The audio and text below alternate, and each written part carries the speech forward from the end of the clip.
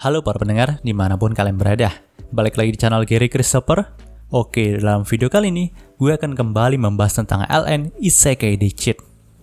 Dalam part sebelumnya, kita sudah melihat kalau Yuya berhasil menyelamatkan Kaori dari serangan geng raksasa merah. Saat itu Yuya juga berhasil memperbaiki hubungannya dengan kedua adik laknatnya, yaitu Yota dan Sora. Namun tetap saja, akibat kekacauan yang disebabkan oleh dua orang bocah itu, mereka pun sekarang harus ikut serta ke kantor polisi untuk dimintai keterangan. Nah, kejadiannya membagongkan juga, nggak berhenti di situ aja teman-teman. Ingat, Lexia, seorang putri kerajaan yang pernah diselamatkan oleh Yuya itu nampaknya ngebet sama Yuya. Alhasil, dia pun langsung menemui Yuya di sarang iblis besar yang dipercaya tempat Yuya itu berada. Padahal kita tahu sendiri nih, kalau sarang iblis besar adalah tempatnya para monster level tinggi itu nongkrong. Tapi, putri pemberani kita ini nggak punya rasa takut dan tetap maksa para kesatrianya untuk pergi ke sana. Yap, sebenar saja. Saat mereka sampai di sana, mereka itu langsung dikepung oleh sekumpulan goblin elit. Tentu saja, Owen, sang kesatria pribadi Lexia, dan beberapa kesatria lainnya itu sangat kesulitan untuk melawan sekumpulan goblin elit itu. Tapi untungnya, Babang Yuya itu datang untuk nyelamatin mereka.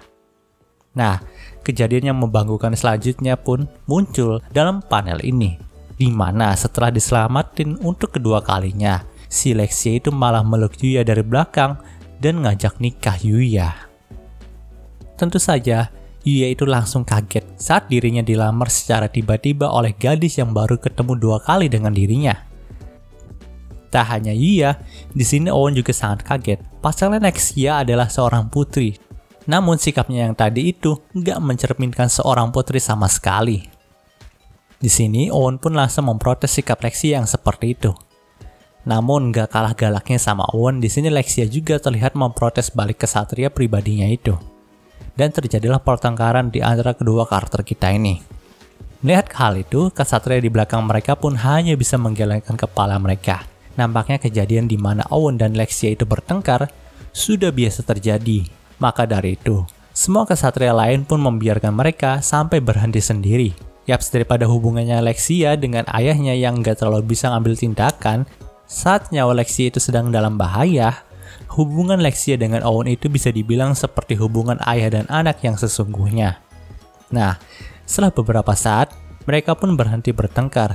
Dan di sini, Lexia dan Owen pun kembali teringat dengan keberadaan Yuya yang ada di depan mereka. Jadi mereka pun meminta maaf karena sudah memperlihatkan sesuatu yang tidak enak dipandang oleh orang asing seperti Yuya. Di sini Lexia juga memperkenalkan dirinya di hadapan Yuya. Dan Owen menjelaskan kalau Lexia adalah putri pertama dari kerajaan Alkeria. Tentu saja, Yuya itu sangat kaget ketika mendengar kalau Lexia adalah seorang putri dari kerajaan dunia ini. Yuya pun kembali mengkoreksi bahasanya yang kurang sopan saat berbicara dengan Lexia, dan memperkenalkan dirinya dengan sangat sopan di hadapan Lexia dan Owen. Namun Lexia itu nggak mempermasalahkannya dan berkata kalau Yuya itu nggak usah terlalu formal ataupun sopan kepada dirinya. Karena yang lebih penting bagi Lexia adalah jawaban kalau si Yuya itu bersedia untuk menikahi dirinya. Melihat Lexia yang masih nggak bisa menahan diri, Owen pun hanya bisa menghela nafasnya dan berkata kepada Yuya kalau dia berharap mereka bisa melanjutkan pembicaraan ini di tempat yang lebih aman. Karena memang, hutan sarang iblis besar ini sangatlah berbahaya. Jika mereka melamun sedikit saja, mungkin mereka itu sudah bisa menjadi incaran dari monster yang berkeliaran. Mendengar hal itu, Yuya pun berkata kalau sebaiknya mereka itu pergi ke rumahnya saja. Pada akhirnya, mereka semua pun langsung dipandu ke rumahnya Yuya yang berada di dekat sana. Setelah melihat kalau memang ada sebuah rumah di tengah hutan sarang iblis besar ini, Lexia, Owen, dan kesatria lainnya pun sangat terkejut.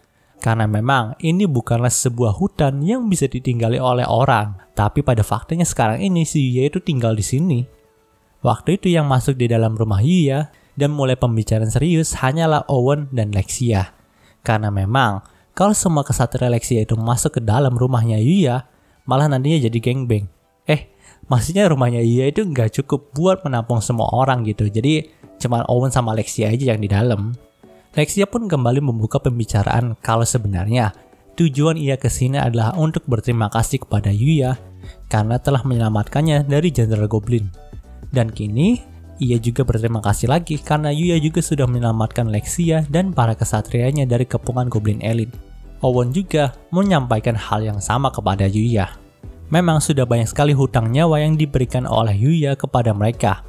Jadi Owen dan Lexia pun menundukkan kepalanya seraya kembali berterima kasih kepada Yuya. Di sini Yuya pun langsung meminta keduanya untuk mengangkat kepala mereka dan berkata kalau memang itu hanyalah kebetulan saja kalau dia itu bisa menyelamatkan mereka. Bahkan Yuya juga gak meminta hadiah apapun dari mereka.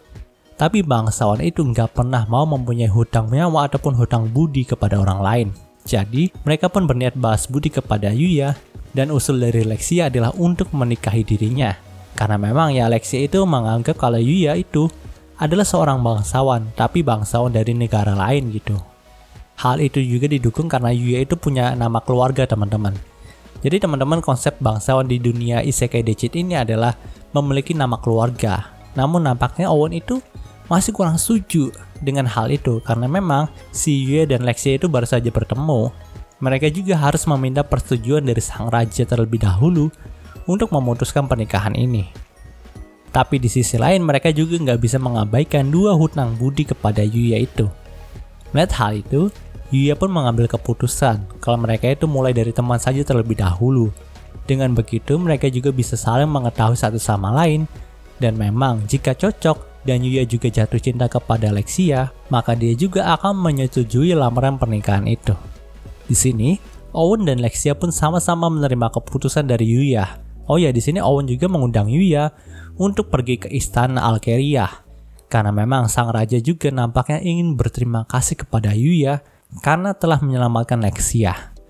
Mendengar hal itu, Yuya pun berpikir sejenak karena memang dia itu harus hidup di dua dunia.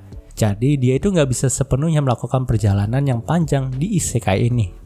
Lalu Yuya pun menanyakan kalau butuh berapa lama untuk sampai di kerajaan Alkeria dari hutan ini. Mendengar hal itu, Owen pun menjawab kalau perlu 1 hari penuh. Setelah mendengarkan jawaban dari Owen, pada akhirnya Yuya pun memutuskan kalau Owen dan Lexia itu harus menunggu 1 bulan terlebih dahulu. Karena memang Yuya itu perlu menyiapkan segalanya untuk bertemu dengan sang raja. Namun sebenarnya nih, si Yuya itu ingin tahu apakah persepsi waktu di isekai ini memang benar-benar sama dengan dunia nyata atau enggak gitu. Di sini, Owen pun menerima hal tersebut. Dan Lexia juga berkata kalau selama 1 bulan ke depan, dia itu akan melatih dirinya agar bisa mendapatkan cinta dari Yuya saat mereka bertemu kembali. Jadi, ia meminta Yuya juga untuk bersiap-siap. Yuya pun mengiyakan hal tersebut. Setelah itu, Yuya pun mengantarkan mereka untuk bisa keluar dari sarang iblis besar ini. Karena kalau enggak ya, si gerombolan Lexia ini bisa mati duluan dan malah nggak akan ketemu sama Yuya lagi. Panel cerita pun berpindah ke beberapa hari kemudian. Di sini, Yuya pun kembali menjelajahi hutan sarang iblis besar sambil memikirkan beberapa hal yang baru saja terjadi dalam kehidupannya. Terutama yang ia pikirkan pada saat ini adalah tentang lamaran dari Putri Lexia. Yaps, nampaknya di sini, penjelajahan hutan berbahaya itu dan mengalahkan monster-monster yang kuat sudah menjadi keseharian Yuya untuk menyegarkan pikirannya. Setelah beberapa saat menjelajahi hutan itu, Yuya pun melihat seekor anjing hitam kecil yang sedang berhadapan dengan sosok orc. Dan jika dilihat lagi, dengan skill penilaiannya, sosok orc itu adalah raja dari orc, juga memiliki level dan kekuatan yang jauh di atas Yuya. Tapi yang lebih gregetnya di sini, Yuya itu sempat-sempatnya iri sama raja orc itu dan berkata kalau saat dulu ia masih gemuk, dia itu nggak punya kekuatan yang besar yang bisa mengalahkan orang lain. Berbeda sekali dengan raja orc yang ia temui. Jadi Yuya pun berpikir untuk tidak menolong anak anjing itu dan membiarkan alam melakukan tugasnya, di mana memang yang lemah akan dikalahkan oleh yang kuat. Tapi anak anjing itu pun meringis kesakitan dan hal itulah yang tidak bisa ditinggalkan oleh Yuya begitu saja. Pada akhirnya, Yuya pun menolong anak anjing itu, tapi karena musuh yang dihadapinya saat ini sangatlah kuat dan bisa dikategorikan sebagai monster kelas S, Yuya pun memutuskan untuk menyerangnya dengan tombak muklak dari titik buta orc tersebut. Pada awalnya si Yuya itu nggak yakin dengan serangan dadakan ini, apalagi mengingat kekuatan pertahanan dari orc itu juga sangatlah tinggi. Tapi ternyata lemparan tombak mutlak milik Yuya dari titik buta monster itu dapat menumbangkannya dalam sekejap. Nah, waktu itu Yuya juga menyadari kalau anak anjing yang ia selamatkan juga adalah monster kelas tinggi yang bernama Black Fenrir. Pada awalnya, Yuya itu nggak yakin untuk mendekati anak anjing itu karena memang semasa hidupnya Yuya juga sering dijauhi oleh hewan-hewan yang ada di bumi. Tapi dengan sedikit usaha dan banyak cheat, Yuya itu bisa menjinakkan sang anak anjing dan menamainya Night yang berarti malam. Yap, sekarang ini Yuya itu punya hewan peliharaan, yaitu seekor Fenrir kecil. Bahkan Yuya juga berkata kalau dia itu bahagia karena ia mempunyai seorang yang bisa menyapanya ketika ia pulang ataupun berangkat ke sekolah nantinya. Ya, karena sudah terlalu lama jadi sad boy, MC kita yang satu ini bahkan sampai menganggap seekor peliharaan menjadi pasangan hidupnya. Tapi di sini Yuya itu masih ragu untuk membawanya keluar rumah di bumi. Karena memang dia itu nggak punya tali pengikat hewan. Dan pasalnya kalau nggak diikat, si Night itu bisa saja kabur entah kemana. Jadi ia pun memutuskan untuk bertanya kepada teman-temannya di sekolah mengenai toko hewan peliharaan. Karena memang Yuya itu nggak punya HP ataupun internet di rumahnya yang bisa membuatnya tahu di mana toko hewan peliharaan itu berada. Keesokan harinya, Yuya pun langsung diantar ke toko hewan sama Kaede. Dan setelah membeli kalung dan tali, akhirnya Yuya itu bisa ngajak jalan-jalan Night dengan santai. Namun gue heran aja sih sama ceritanya. Nah, bisa dibayangin aja nih kalau lu ajak jalan-jalan hewan dari isekai tapi nggak bikin orang-orang di sekitar lu itu takut gitu. Padahal bentukan dari Night sendiri udah beda banget sama anjing yang ada di bumi. Nah, lebih membagongkannya lagi nih, saat Yuya itu ketemu sama Kaori di jalan, si Kaori itu nggak takut sama sekali pas ngeliatin Night. Pas ditanya sama Kaori kalau Night itu anjing jenis apa, si Yuya juga cuma ngejawab kalau dia itu menemukan Night di jalanan. Jadi dia nggak tahu jenisnya apa gitu. Karena nggak mungkin si Yuya juga ngomong kalau Night adalah Black Fenrir. Dan Kaori juga terima logika dari Yuya gitu aja gitu, tanpa ada rasa penasaran apapun. Padahal bentukan Night itu udah beda banget sama anjing di bumi. Setelah itu, Yuya juga ketemu sama Miwa yang sedang jalan-jalan di sana. Akhirnya ketemulah dua rival cewek yang saling memperebutkan MC kita dalam dunia ini. Tapi, yang menjadi inti dari panel cerita ini adalah ketika ada seorang jambret yang mencuri dompet dari nenek-nenek, dan gregetnya si Yuya itu memerintahkan Night untuk mengejar dan mengalahkan jambret itu. Panel cerita di sini pun ditutup dengan Night yang langsung ngejar dan ngalahin jambret itu dalam sekejap. Lalu panel cerita pun berpindah ke isekai lagi. Di sini nampaknya Yuya dan Night itu sedang berburu monster di hutan sarang iblis besar. Mereka pun mengalahkan banyak sekali monster seperti Jenderal Goblin, Goblin Elite, dan bahkan beruang iblis. Namun dari semua monster yang telah dikalahkan mereka, ada satu monster yang paling merepotkan mereka berdua, yaitu rusa kristal. Tidak seperti monster lainnya, nampaknya rusa kristal ini berada di level yang jauh berbeda dengan mereka. Bahkan serangan tombak muklat ataupun Omni Sword dari Yuya itu berhasil ditangkis oleh rusa kristal ini. Tapi Yuya pun memikirkan sebuah rencana untuk melancarkan serangan telak ke arah monster itu.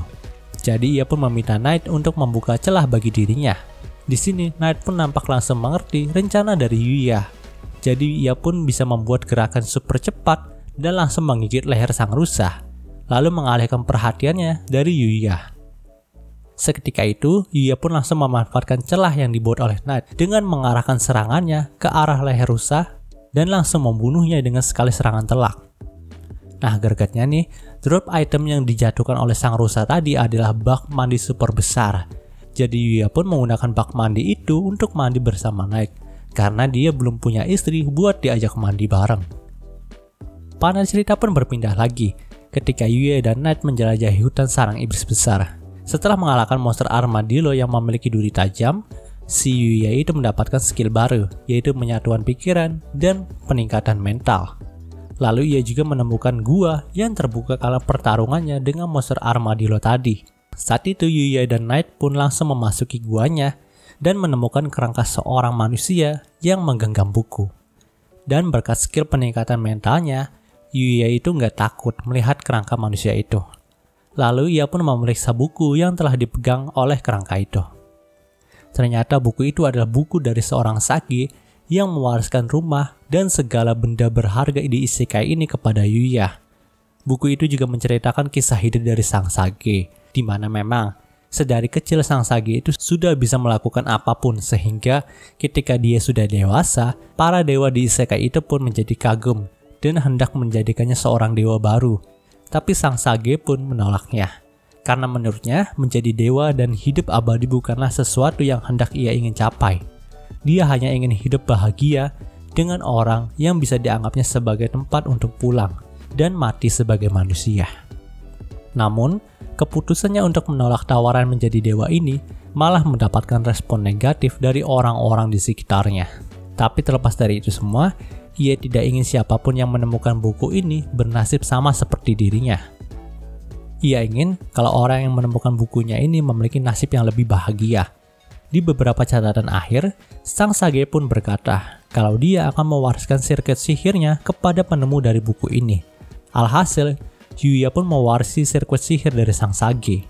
Kebetulan Yuya juga udah ngebet banget buat belajar sihir teman-teman. Karena memang si Yuya ini capek.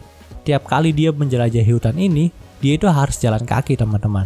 Kan kalau dia menguasai sihir, maka dia juga bisa melakukan teleportasi dari satu tempat menuju tempat lainnya.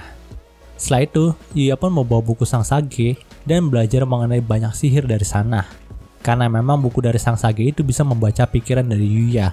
Jadi setiap Yuya memikirkan apapun, pasti buku itu bisa menjawabnya melalui tulisan yang tertulis secara ajaib di buku itu.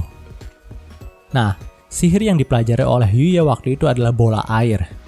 Itu adalah sihir yang sederhana, karena memang Yuya juga nggak mau merusak sesuatu yang ada di sekitarnya ketika diri mengeluarkan sebuah sihir pertamanya. Karena takutnya jika Yuya mengeluarkan sihir api, tapi dia tidak bisa mengendalikannya, ya bisa jadi kebakaran tuh rumahnya.